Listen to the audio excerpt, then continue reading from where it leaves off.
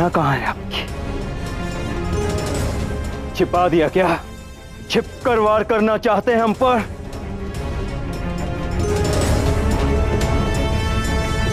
मैंने स्वयं अपनी दृष्टि से आपकी सहस्त्र अश्व सेना को हमारी ओर आते देखा था। राम भैया आपके मुंह में भ्रमित हो सकते हैं, किंतु मैं सब कुछ देख सकता हूं। उत्तर दीजिए कि सेना कहां है आपकी, अन्यथा मेरे बाण का प्रहार सहने के लिए सज्ज हो जाइए। सावधान! रुक जाओ लक्ष्मण।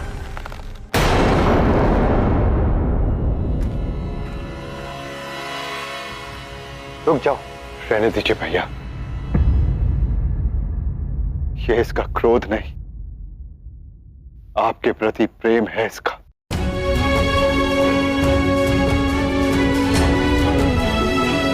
कितना सौभाग्यशाली है लक्ष्मण, कम से कम आपके साथ तो है।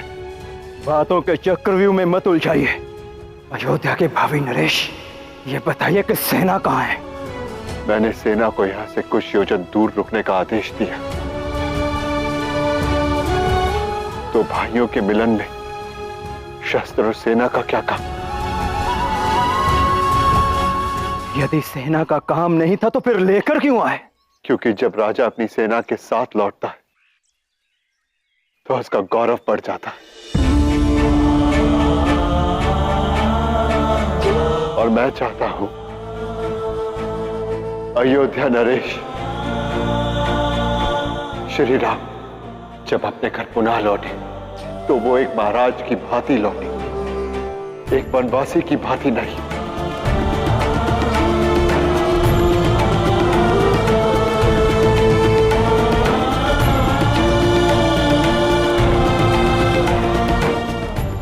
लक्ष्मण, तुम तो मुझसे कितना अधिक प्रेम करते थे, इतना बड़ा निर्णय ले लिया और कदाचित अपने भाई से पूछा भी नहीं।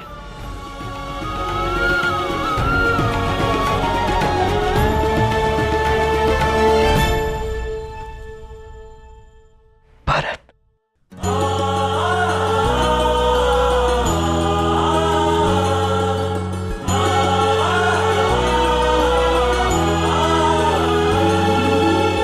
स्पर्श है ये मन से आत्मा का,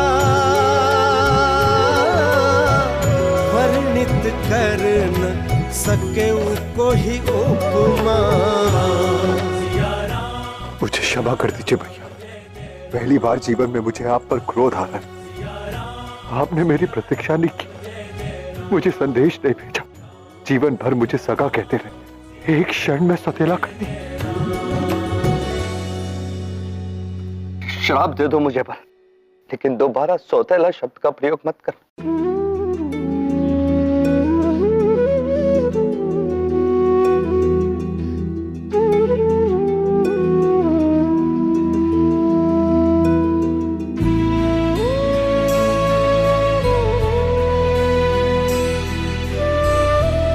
आयुष्मान भव।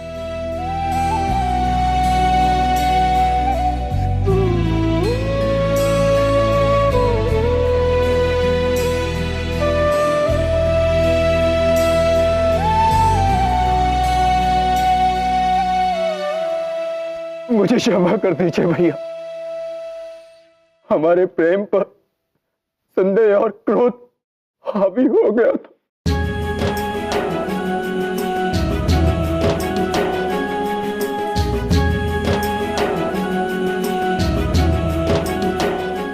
नहीं लक्ष्मण, तुम्हें क्षमा मांगने की कोई आवश्यकता नहीं। यदि तुम्हारे स्थान पर मैं होता तो कदाचित मेरी भी यही प्रतिक्रिया होती।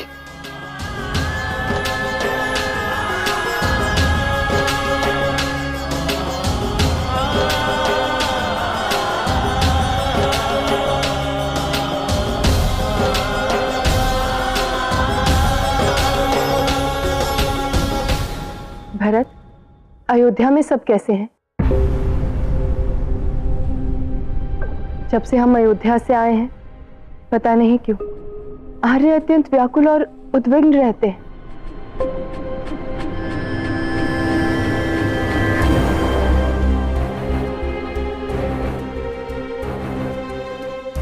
भैया तो अयोध्या की जीवन धार थे भाभी। उनका पूर्वाभास स्वाभाविक है।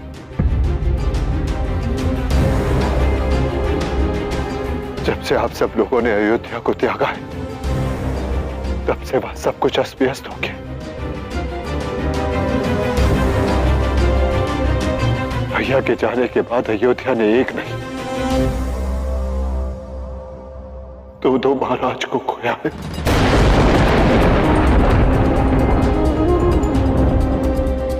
भावी राजा के रूप में भैया को और दुर्भाग्यवश वर्तमान महाराज के रूप में पिताश्री को।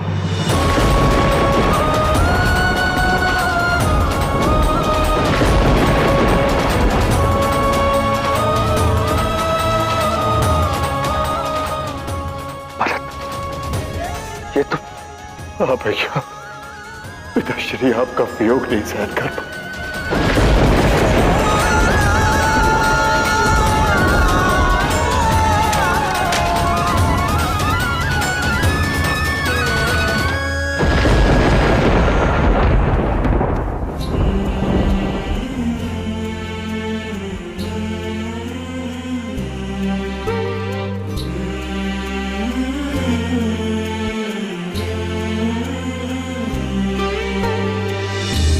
विधना तेरे खेल अनोखे, नियति विधा को है कौन जो रोके।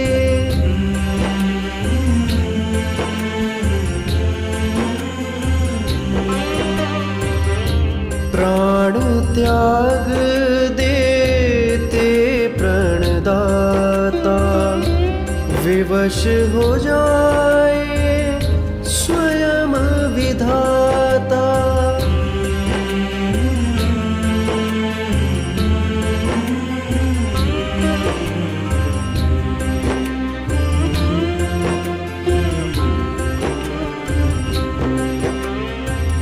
और हमारी माता है? श्वास तो चल रही है, किंतु हम जीवित नहीं हैं।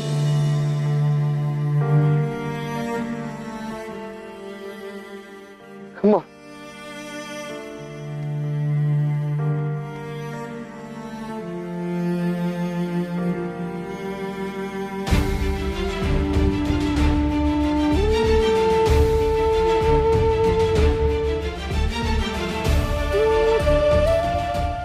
भैया, ये सब कैसे होगी ना?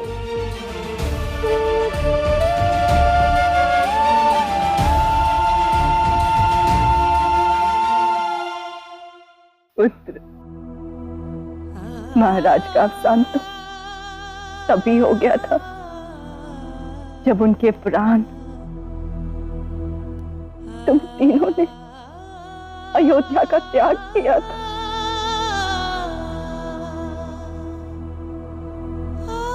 बस शरीर की श्वास कुछ समय तक नियति से लड़ती रही।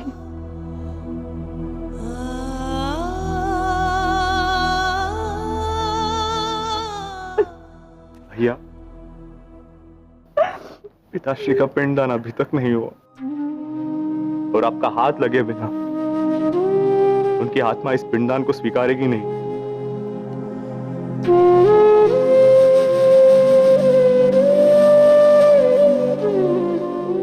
लक्ष्मण, पिताश्री के पिंडदान की व्यवस्था कर।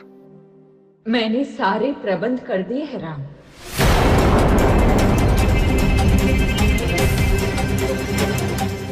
छोटी माँ,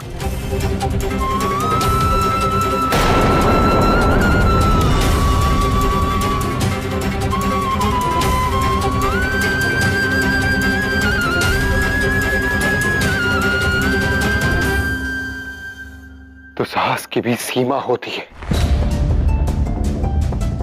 मैंने आपको यहां आने के लिए मना किया था, फिर भी आप यहां चली आई। हृदय में संवेदना तो आप कब की समाप्त कर चुकी, अब हम सबको वेदना देने आई हैं आप। महाराज शांत हो जाओ।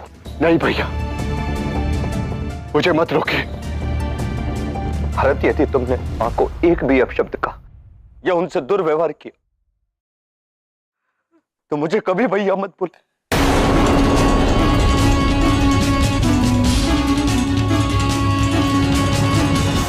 एक पुत्र यदि अपनी मां से दुर्व्यवहार करे, उसे अपशब्द कहे,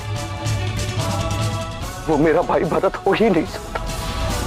किंतु भैया, आप तो इनके कपट से परिचित हैं। भरत, इन्होंने ऐसा कुछ नहीं किया जो विधि के विधान के विरुद्ध हो। इनके कर्म के मूल में प्रेम है और ये तुम भली भांति जानते हो।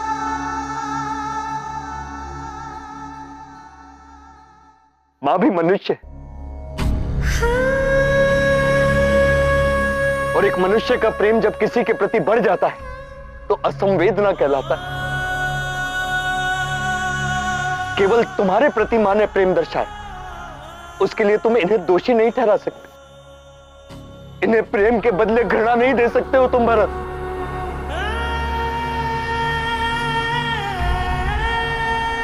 और तुम्हें क्या लगता है भरत कि सारा कष्ट तुमने सहा है?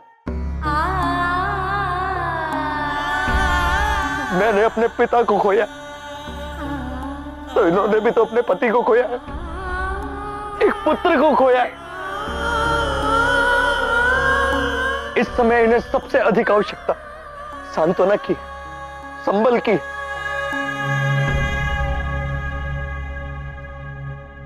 कठोर वचन बोलकर इनका हृदय मत दुखाओ मेरे भाई। दुख की इस पीड़ा में एक मां को सबसे अधिक आवश्यकता अपने पुत्र के संबल की होती है। जिसे तुम श्राप बोल रहे हो वो मेरे लिए वरदान है भाई।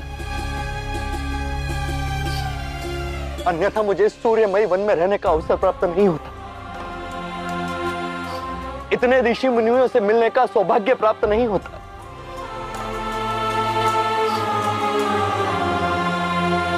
राम, राम, तुम जानते हो ना, तुम्हारी माता तुमसे प्रेम करती है।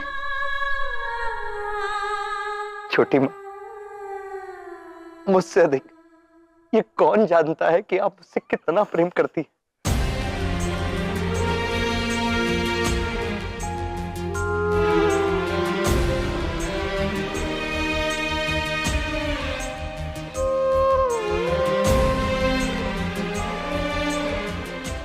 मां,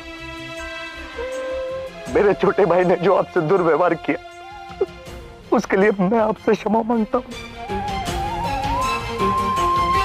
मेरे भाई को क्षमा कर देना।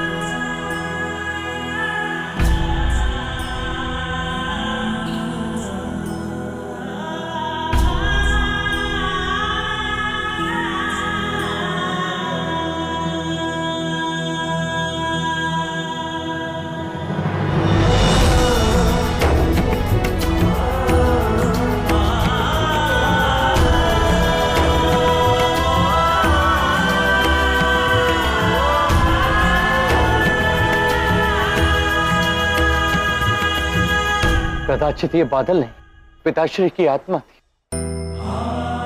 वो उन्हीं के शोक के काले बादल थे जो हम सब पर छाए हुए थे। और आज उनके तर्पण के पश्चात उनकी आत्मा को शांति मिलने के पश्चात ये शोक रूपी अंधकार शांति के प्रकाश में विलीन हो गया।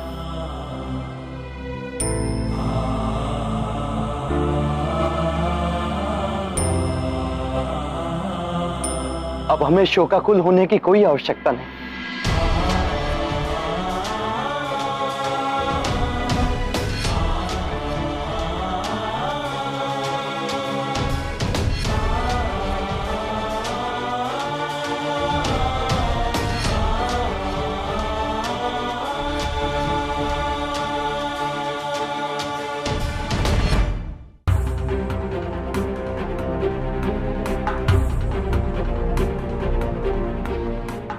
अयोध्या नरेश, यहां से प्रस्थान करने का समय अब हो चुका है। प्रजा प्रतीक्षा कर रही है। आइए भैया, आपकी राजधानी आपकी प्रतीक्षा कर रही है। सुमन जी, अयोध्या नरेश शीघ्र ही पधारेंगे। आप हमें एकांत में वार्तालाप करने का कुछ समय प्रदान करें। जो आज्ञा। भैया,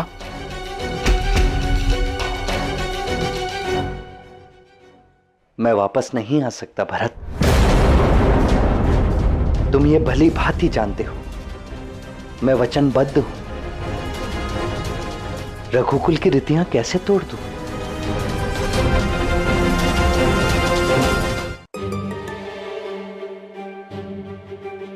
उचित है भैया, आप रघुकुल की रीति नहीं तोड़ सकते और मैं अयोध्या वासियों की आशा भंग नहीं कर सकता। मत आइए आप, किंतु इस स्थिति में ना मैं यहां से लौटूंगा और ना ही अयोध्या के वासी। राज्य से राजा नहीं होता, राजा से राज्य होता है। आप जहां पैर रखेंगे अयोध्या वहीं बस जाएगी। आज से पूरा अयोध्या वनवासी की भांति रहेगा। आज से 14 वर्षों तक अयोध्या के राज परिवार, अयोध्या के लोग, अयोध्या के पशु पक्षी सब वनवासी की भांति रहेंगे। अगर यही आपकी इच्छा है तो यही सही। भरत, एक राजा का इतना भावुक होना उसे शोभा नहीं देता। एक राजा को सदैव अपनी प्रजा के हित के विषय में सोचना चाहिए और अयोध्या वासियों का हित वनवास में नहीं है मेरे भाई। वही तो भैया, राजा को हमेशा अपने प्रजा के हित में सोचना चाहिए और राजा आप हैं। अयोध्या वासी के मन में आप हैं। समझो बात को भरत। मैं जानता हूं कि आप वचनबद्ध हैं, परंतु मैं भी वचनबद्ध हूं। यहां आने से पूर्व मैंने अयोध्या में एक वचन लिया था कि जब तक मैं आपको वापस नहीं लेके जाऊंगा मैं अयोध्या में निवास नहीं करूंगा।